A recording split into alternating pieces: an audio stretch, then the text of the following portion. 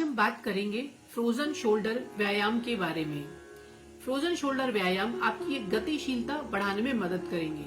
Frozen shoulder एक ऐसी स्थिति है जिसमें कंधे अकड़ जाते हैं, दर्द होता है और सभी दिशाओं में सीमित गति होती है।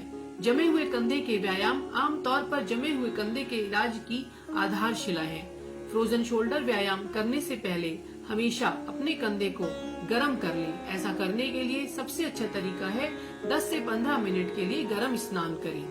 आप गीले हीटिंग पैड व माइक्रोवेव में गर्म किए गए गीले टॉवल का भी उपयोग कर सकते हैं, लेकिन वह उतना प्रभावी नहीं होता है।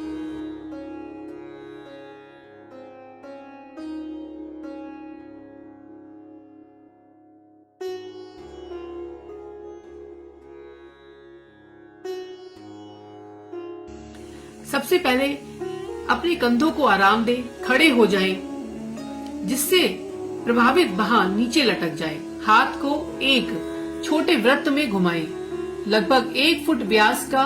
एक दिन में एक बार प्रत्येक दिशा में 10 चक्कर लगाएं। जैसे जैसे आपके लक्षणों में सुधार होता है, अपने झूले का व्यास बढ़ाते जाएं, लेकिन इसे कभी भी जबरदस्ती ना करें। जब आप और अधिक के लिए तैयार हो तो झूलते हाथ में हल्का वजन पकड़कर खिंचाव को बढ़ा सकते हैं।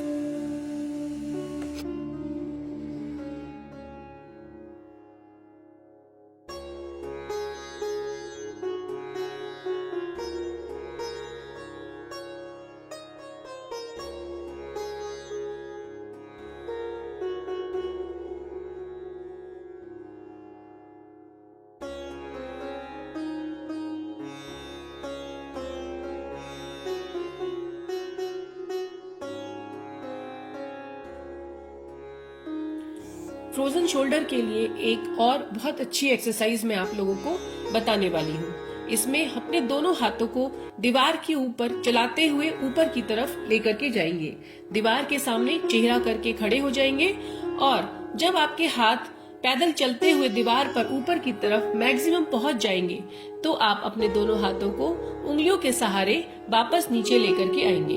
अगर जिस हाथ में आपका फ्रोजन शोल्डर है उसमें दर्द महसूस होता है तो नीचे आते हुए आप अपने दूसरे हाथ से सहारा लेते हुए उसको नीचे ला सकते हैं। इसी तरह से हाथों को नीचे लेकर आते जाएंगे और जब तक कमर के बराबर की हाइट के हाथ नीचे आ जाते हैं वहां पर आकर के रोकेंगे। एक बार फिर से शुरू करेंगे और अपने हाथों को कमर से शुरू करके उंगलियों के सहारे चलाते हुए दीवार पर ऊपर की ओर लेकर के जाएंगे।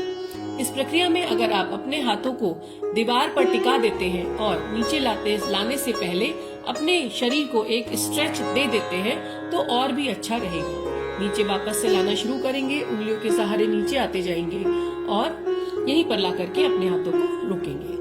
इस क्रिया को आप दिन में कई बार कर सकते हैं। 10 से 15 बार तक आप एक बार में कर सकते हैं।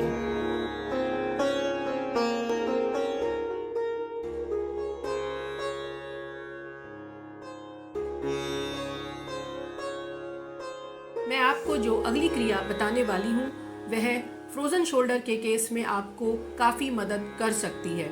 एक शेल्फ जो आपके घर में या एक अलमीरा जो आपके घर में हो जो कि चेस्ट तक पहुंचती हो, उस पर अपने दोनों हाथों को रखेंगे। कोहनी से लेकर के हथेली तक का भाग अपनी अलमीरा के ऊपर रख देंगे। फिर धीरे धीरे अपने घुटनों को मोड़ते हुए नीचे की तरफ झुकेंगे। धीरे से बगल को फैलाएंगे और फिर सीधा करेंगे। प्रत्येक घुटने को मोड़ने के साथ थोड़ा और आगे खींचें, लेकिन इसे जबरदस्ती ना करें। ऐसा दिन में 10 से 20 बार कर सकते हैं। अगर आपके भुजा में दर्द है तो अपनी अच्छी भुजा का उपयोग करते हुए अपनी प्रभावित भुजा जिसमें आपको दर्द है उसको उठा करके अपनी शेल्फ के ऊपर, अलमीरा के ऊपर रखेंगे।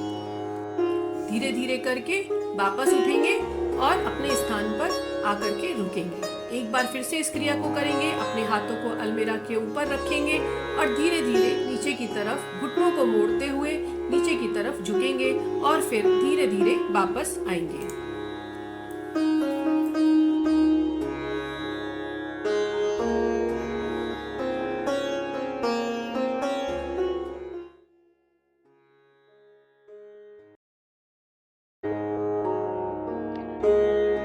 चौथी एक्सरसाइज फ्रोजन शोल्डर के लिए आगे मैं आपको बताने जा रही हूँ। इसमें एक दुपट्टे का सहारा लेंगे। एक दुपट्टा या टॉवल जिसे तौलिया कहते हैं, वो लगभग 3 फीट की जो तौलिया होती है उसे, या फिर एक दुपट्टे को लेकर के अपनी पीठ के पीछे से ला करके दोनों हाथों से पकड़ेंगे। उसके बाद फिर अफेक्टेड हैंड को, जो सही हाथ है, उससे अपनी तरफ को पुल करेंगे इस प्रकार से, और फिर धीरे से छोड़ करके दूसरी तरफ लेकर के जाएंगे। दूसरी तरफ भी अपने अफेक्टेड हाथ को फोकस करते हुए दूसरे हाथ से अपने हाथ को पीठ के पीछे से खींचना है। आप चाहें तो अभी कोशिश करके देख सकते हैं, अन्यथा ये वीडियो देख सकते हैं। दुपट्टे को पीछे से लेकर के गए, दोनों हाथों से पकड़ा और उसे दोनों तरफ से खींचते हुए इस प्रकार से कि जिस हाथ में प्रॉब्लम है उस हाथ से दूसरे हाथ से अपनी ओर उसे खींचेंगे।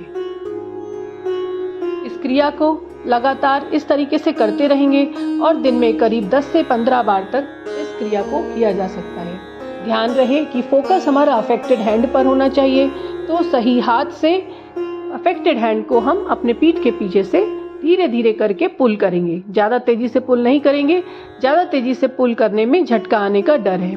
इसलिए जो अफेक्टेड हैंड है, जो आपका हाथ ऊपर ज़्यादा नहीं उठ पाता है या दर्द रहता है, उस हाथ को फ्लेक्सिबल बनाने के लिए, फ्रोजन शोल्डर की समस्या से निकलने के लिए, इस हाथ को हम पीछे से अपने दूसरे हाथ से खोल करके खींचेंगे।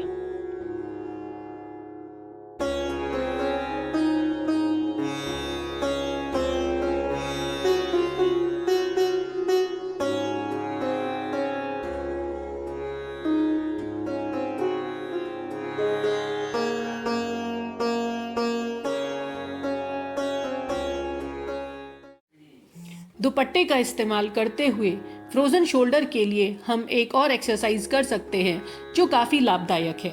इस बार दुपट्टे को हम अपने कंधे से नीचे की तरफ को गिराएंगे। कंधा जो कि ठीक है, जो अनअफेक्टेड शोल्डर है, उसकी तरफ से हम अपने दुपट्टे को नीचे से नीचे गिराएंगे और दूसरे हाथ से जो अफेक्टेड हैंड है, जो अफेक्टेड शोल्डर है, उस वाले हाथ से दुपट्टे को नीचे से पकड़ेंगे। अब ऊपर वाले हाथ से अपने नीचे वाले हाथ को ऊपर की तरफ को पुल करेंगे। ध्यान रहे कि जो अफेक्टेड हैंड है वो नीचे की तरफ है और जो हमारा सही शोल्डर है, जिधर हमें प्रॉब्लम नहीं है, वो ऊपर की तरफ रखेंगे। इस क्रिया को दिन में हम 2 या 3 बार कर सकते हैं और पुल करने के लिए लगभग 10 से 12 बार तक इसको हम रिपीट कर सकते हैं। इस बात का ध्यान रखेंगे कि दुपट्टे को पुल करते वक्त दुपट्टा हाथ से सरके नहीं। अगर दुपट्टा हाथ से सरकता है तो आपको आपके शोल्डर में स्ट्रेच फील नहीं होगा, इसीलिए दुपट्टे को कस के पकड़े रहेंगे। इसी प्रकार से दूसरे शोल्डर से भी करेंगे और दूसरे शोल्डर जहां पर आपको इतना अफेक्ट नहीं हुआ है, लेकिन फिर भी आप दूसरे शोल्डर से भी एक्सरसाइज कंटिन्यू करेंगे, जिससे कि आपके दूसरा कंधा भी फ्लेक्सिबल बना रहे।